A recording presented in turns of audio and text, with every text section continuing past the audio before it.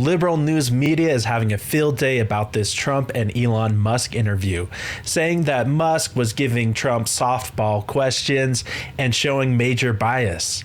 Well, Elon Musk is not a politician. He's not a news outlet. He can be biased. He can support the Republican nominee if he would like to. He can ask him whatever the hell he wants. CNN is just mad because there weren't any gotcha questions asked, and there wasn't a terrible, unwatchable interview like the one between Elon Musk and Don Lemon. Anyway, let's get into this. Elon Musk starts by asking Trump about his attempted assassination. We could start off with, the assassination attempt, which was an incredible thing. And I have to say that, your actions after that assassination attempt were inspiring. You, instead of shying away from things, instead of ducking down, you were pumping your fist in the air and saying, fight, fight, fight. And I think that's, the president of the United States represents America. And I think that is America. That is strength under fire. And so that's, a big, part of the reason why I was excited to endorse you as the president of the United States for having another term here is that was just incredibly inspiring. But what was it like for you?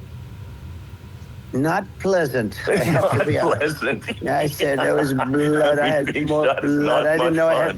I didn't know I had that much blood. The doctors later told me that the ear is a place that is a very bloody place. Yeah, as a former EMT, the ear, the face, if you get cut there, it is a gusher, right? If you're going to get hit. But in this case, it was probably the best alternative you could even think about because it went at the right angle. And, it was a hard hit. It was very, I guess you would say surreal, but it wasn't surreal. I was telling somebody you have instances like this or like a lot less than this where you feel it's a surreal situation. And I never felt that way. I knew immediately that it was a bullet. I knew immediately that it was at the ear. Yeah. And because it hit very hard, but hit the ear. And I also heard people shout, bullets, bullets, get down, because I moved down pretty nicely, pretty quickly. And we had bullets flying right over my head after I went down. So I'm glad I went down. The bigger miracle was that I was looking in the exact direction of the shooter. And so it hit me at an angle that was far less destructive than any other angle. So that was the miracle. That was, for those people that don't believe in God, I think we got to all start thinking about that. You have to, I'm a believer. Now I'm more of a believer, I think. And a lot of people have said that to me. A lot of great people have said that to me, actually. We've done 2 reconstruction videos of the shooting, and probably the top comment is, there's the hand of God at play with Trump. No, regardless of the circumstances around it, it was a miracle that, he survived. But it was amazing that I happened to be turned just at that perfect angle. And all because I put down a chart on immigration that showed that the numbers were so great. I love that chart even more maybe now. It's a sign. Maybe that's a sign. It's an immigration sign. You highlighted a serious issue. And at that moment, the bullet missed your, here, but missed your head. The amazing thing is that the sign, I said, bring down that sign on immigration, and it was literally about an eighth of a second where it would be good, and after that it was going to be a disaster no matter which way you were facing. But it just had that perfect angle, which was exactly at this shooter. Very sad situation. Such a sad situation. As you know, we lost somebody that was great, Corey, who a firefighter, a great gentleman, a great Trumper. He was just a fantastic family and a fantastic man. And a friend of mine came up, Elon, and said, I'd like to give the family some kind of help. And I said, all right, that's great. He said, do you mind? I said, I don't mind at all. And he wrote out a check for $1 million, gave it to the wife. And, she said, this is really nice, but I'd rather have my husband back, which is a nice thing for somebody to say, to be honest. Yeah, no amount of money can replace a life lost. And it really sickened and disgusted me when the liberals were saying that the shooting was faked. I got comments on the recreation videos that it wasn't a rifle, it was a paintball gun. I mean, just the misinformation, the willful misinformation was unbelievable around this. She's great. The family is great. And we raised a lot of money for them and for two other gentlemen are unbelievable people also. They were hit really badly. They thought they were not going to make it, and they did. The doctors in the Butler area, I tell you, they were incredible. They saved the two, and they were really hit tough, both of them. Kudos to Trump for praising local doctors. Very classy. Equally. And we thought, my first question was because I heard bullets flying over me. I said, how many people were killed? Because we had a massive crowd there, a tremendous. Yeah. A real crowd, not a Kamala Harris AI generation. Thousands and thousands of people. And there was no land. I mean, it was all people. So I said, how many people have been killed? Because I knew there were other shots being fired. Sure. And they said, we don't know yet, but some people have been badly hurt. And I have to give the Secret Service sniper, they call him, or sharpshooter, but sniper, because he didn't know there was a problem. He's an extraordinary shot. And that's the big problem, is that he didn't know there's a problem till after shots were fired. Obviously, and he didn't know there was a problem, and he was able to pick it all out within 5 seconds. And he used one bullet from very far away, I guess probably about 400 yards. Yeah. The shooter was 130. But he was on the opposite side of the field and the podium, and he saw the smoke and the flame from the gun, immediately recognized it, and immediately took a shot. And it was one perfect shot from very far away. And it still strikes me as very strange that the shooter used an AR-15, a mid-range rifle, for his sniper shot. He also didn't have a suppressor, or some people call it a silencer, on his weapon, so he couldn't hide that muzzle flash, and he couldn't dampen the sound. All very strange. I mean, if he would have, a lot more people could have been badly hurt and killed. So I have to take my hat off to him, because that's also a surreal. He's been with them for 23 years, and he's never had anything like this. And all of a sudden he has to act, and it's a very tough thing to act and to be shooting somebody. But he saw the gun, saw the smoke, saw the flame from the gun, very far away. Obviously has very good eyes. He's got very good vision, which I assume you have to have in that particular work. But he took aim very quickly, and they say it was approximately 5 seconds from long range, one bullet. Yeah, about 15 seconds of firing, and then within that time frame, 5 seconds. Didn't happen because the shooter had a lot of bullets. He had a lot of cartridges up there with him. Sorry, he fired off a volley of 8 shots, and then the shot was fired. All this took place within 15 seconds. So, well, I mean, that's clearly, he was very competent in taking that shot to stop the attempted assassination. But I mean, there does seem to be, some pretty significant failings elsewhere in the system. Like, there's just no way that, like, how on earth does a shooter get on a roof 130 yards away? That seems crazy. I think instead of crazy, what Elon was trying to imply there is that sounds shady. That sounds complicit. That sounds like something happened on the inside. I think most people people are wondering how on earth could such a thing happen. Well, I view it as two ways. There should have been nobody on the roof. There were people, because there were so many tens of thousands of people there. There were people that were seeing him, and there was one woman with a red shirt and Trump all over it, and she's screaming.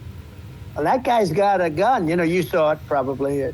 There's a guy up there with a gun. I mean, it's like, I guess, for my part, and I think probably many members of the public are wondering, how the heck are, basically people wandering by pointing out there's a guy on the roof with a gun. Yeah.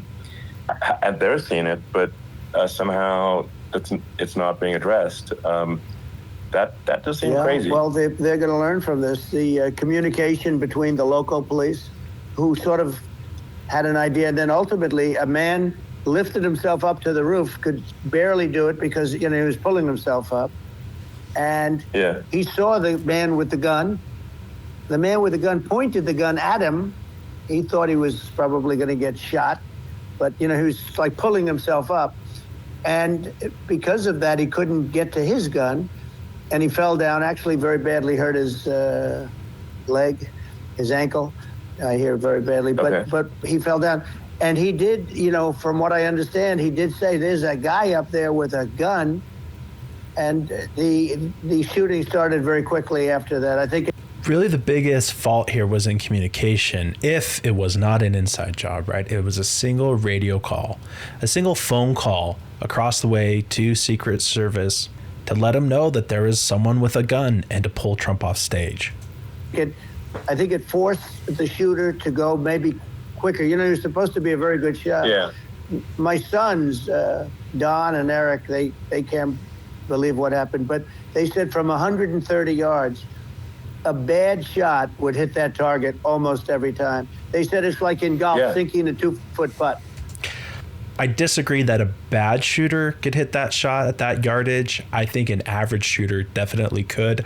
I only say that because we shot at this yardage at least 20 times. We ran through at least 200, 300 rounds at this range, and not every shot was a kill shot. Yeah, we did have a lot on target, but not every one would have been a kill shot. Yeah, it's not a tough shot. It's not a long shot.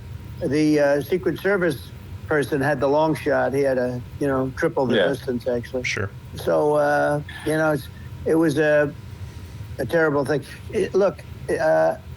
It's hard. I have to say this about the Secret Service. When I went down, and I went down based on, I think, their screaming, but other people also, because people saw this happen. You had so many people. One of the miracles was that nobody ran. I mean, if a gun goes off, the crowd control people showed us this. When guns go off, and it does happen in stadiums at a soccer match or some kind of a match, everybody flees. They call it a stampede, like cattle. But everybody, and a lot of people get killed with those stampedes. We had more people than you'd have at, some of these matches or these games, and nobody left. You had a small group behind us in the grandstand, and that was full.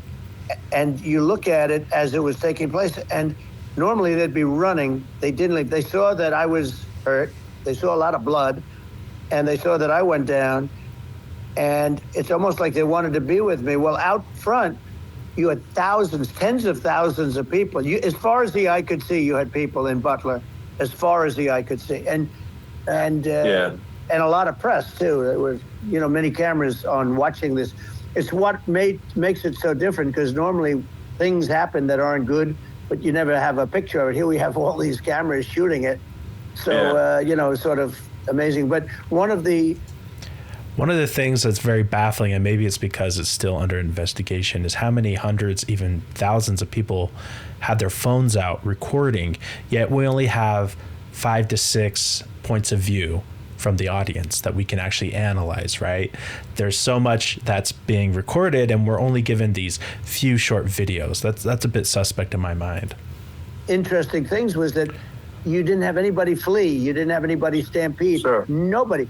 And there were some people behind me. They stood up and they're looking like, I'll tell you, you want to have them in a foxhole with you. I want to meet some of those people because it's so different from what you heard. But so I was down. But the Secret Service guys, there were bullets flying right over my head. You could hear them go whizzing, and these guys came jumping on top of me, and a young lady, Kate.